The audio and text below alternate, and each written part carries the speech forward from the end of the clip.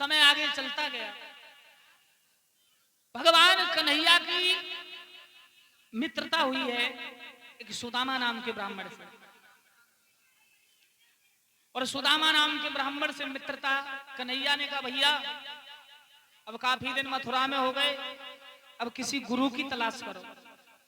तुलसीदास भी लिखते हैं कि गुरु बिन भवनिध तरे न कोई, चाहे ब्रंच शंकर सम होई। बिना गुरु के भवसागर से इंसान नहीं तरता, चाहे शंकर के समान क्यों ना हो जाए। तो रथ लेकर के भगवान कृष्ण जा रहे हैं सांदीपन आश्रम में। बियाबान जंगल में क्या देखा कि रोने की आवाज आ रही है।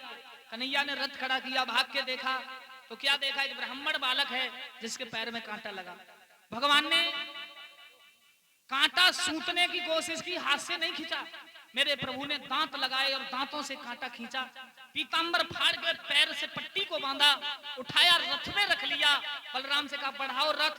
तब पूछा तुम कहां रहते। वो मर्यादा मेरे कृष्ण की। आजकल कहीं अगर एक्सीडेंट हो जाए या कहीं किसी के चोट लग जाए तो लोग शौक से वीडियो बनाते, ये नहीं सोचते कि ये तड़प रहा है तो इसे जल पिलाएं, या इसका रक्त बह रहा है उससे कुछ कपड़ा बांधे से हॉस्पिटल पहुंचाएं। नहीं महाराज, वीडियो बनाई और चल बसे, तड़पते रहो पड़े रहो। मेरे कृष्ण ने वो मर्यादा निभाई कि जब उनका कष्ट हर लिया उसके बाद पूछा तुम कहां रहते। कहा मैं एक ब्राह्मण बालक हूं और मैं कांचनपुरी का रहने वाला, सुदेश मेरे पिता का नाम। आज सज्जनों, और मेरा नाम सुदामा है। सुदामा समझ गए कि इतने बड़े कृष्ण हैं और मैं इनका इतना बड़ा कर्ज कैसे चुकाऊंगा। आज मेरे पैर से कांटा निकाल करके इन्होंने बहुत बड़ा एहसान किया। सुदामा को वो दिन याद है कि मैं कभी जीवन में कृष्ण से कर्ज चुकाने की कोशिश करूंगा। आज सुदामा और कृष्ण साथ साथ पढ़ रही हैं, दोनों मित्र बन गए। कितने घने मित्र बने।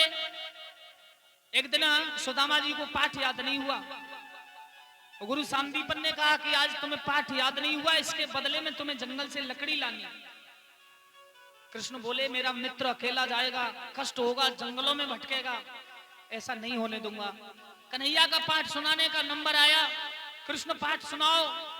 कन्हैया ने भी मना कर दिया, पाठ उनको याद है कि मुझे भी याद नहीं। तो सांदीपन जी ने कहा कि तुम दोनों जंगल में जाओ लकड़ी तोड़ने, यही सजा है तुम्हारे लिए। और गुरु माता ने बुलाया सुदामा को, इधर आओ, ये थोड़े से चना है, भिक्षा में आए, इन चनाओं को ले जाओ। पर ध्यान रखना, लोग कहते हैं ना सुदामा ने चनाओं की चोरी नहीं की। सुदामा कोई साधारण ब्राह्मण नहीं, वेद ज्ञाता ब्राह्मण है, लेकिन चना वो ऐसे आए थे कि जो उन चनाओं को खाएगा वो गरीब हो जाएगा। सुदामा ने सोचा कि इन चनाओं में गरीबी है, खुद खाऊंगा चुरा के लेकिन अपने मित्र को नहीं दूंगा। गरीबी खुद भोग लूंगा लेकिन अपने मित्र को गरीब नहीं होने दूंगा। ये सुदामा ने प्रयत्न किया। अगर मैं गरीब हो गया तो मित्र के घर चला जाऊंगा, अगर मेरा मित्र गरीब हो गया तो किसी के दरवाजे पे हाथ फैलाएगा, ये मुझे धिक्कार है, धिक्कार है, धिक्कार है। पर आजकल के मित्र कहते हैं कि मित्र बिल्कुल गरीब रह जाए, सारी संपत्ति मोकू ही मिल जाए। नहीं, नीति सुदामा जैसी होनी चाहिए। कन्हैया ने कहा भैया हम ब्राह्मण के छोरा, पेड़ पे हमसे चढ़ा जाता नहीं, तुम ऐसा करो हमारी बात मानो, तुम पेड़ पर चढ़ जाओ, हम लकड़ी नीचे इकट्ठी करें। कृष्ण ऊपर लकड़ी तोड़ रहे हैं, सुदामा नीचे इकट्ठी कर रहे हैं। वर्षा आ गई तो सुदामा बोले रे ऊपर ही बैठो रहियो, नीचे मत आइयो। सुदामा जानते हैं अगर मैं खाऊंगा तो छीन के खा लेगा, ऊपर ही रहना। कृष्ण ऊपर ठिठुर रहे हैं, सुदामा नीचे ही। सुदामा बोले अब चावने का मौका है, और सुदामा ने एक एक करके उन चनाओं को चाव लिया। कन्हैया ने पूछी रे क्या खा रहा हो, भूख तो बहु को लग रही है। सुदामा बोले कछूरा खा रहा हो, ठंड की वजह से इतने दांत में दांत लग रहा, कटकट की आवाज आ रही होगी, खाए कछूरा रहो। चना कोई ऐसी चीज ना है हमारी कोई माता लेके आए घर और रात को मुंह बंद करके रजाई में चावने लगे। जब कट कट की आवाज होगी तो बच्चे पूछेंगे अम्मा क्या खा रही है, जरूर पूछेंगे। लेकिन सुदामा जी के लिए कृष्ण ने कहा कि मित्र खैर कोई बात नहीं, मेरी गरीबी को तुम ले तो रहे हो, लेकिन मौका लगे तो कभी मेरे द्वार पर आना, तेरी गरीबी मैं ले लूंगा और तेरी अमीरी तुझे वापस दे दूंगा। बोली कृष्ण कन्हैया लाल की। घर चले आए और सुदामा और कृष्ण 64 दिन में 64 कलाओं को भगवान ने सांदीपन जी से सीखा है। अब सुदामा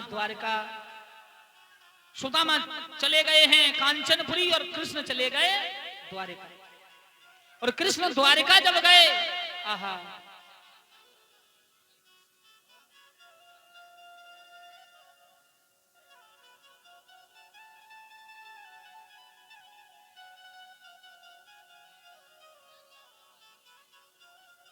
आज कृष्ण चले गए द्वारिका, कृष्ण द्वारिका के राजा हो गए। एक हमारे ही देश में कुंदनपुर है, जो हमारी माँ देवी अवंतिका के पास है, हमारे गांव से 30 किलोमीटर दूर है, हरि बाबा बांध से 6 किलोमीटर। और उस कुंदनपुर में एक भीष्मक नाम के राजा थे, जिनके 5 पुत्र, इनमें रुकुम सबसे बड़ा है और एक बिटिया है जिसका नाम रुक्मणी। देव ऋषि नारद भीष्मक के द्वार पर जब गए, जब रुक्मणी का जन्म हुआ, नामकरण देव ऋषि नारद ने किया और भीष्म से कहा, ये बिटिया तुम्हारी सौभाग्यशाली, इसके जो पति होंगे वो यादवेंद्र सरकार कृष्ण होंगे। भीष्मक को ये बड़ा ही सौभाग्य है। रुक्मणी जब जवान हुई तो रुकुम कहने लगा, पिताजी कोई सुंदर वर ढूंढ के रुक्मणी का विवाह कर दिया जाए।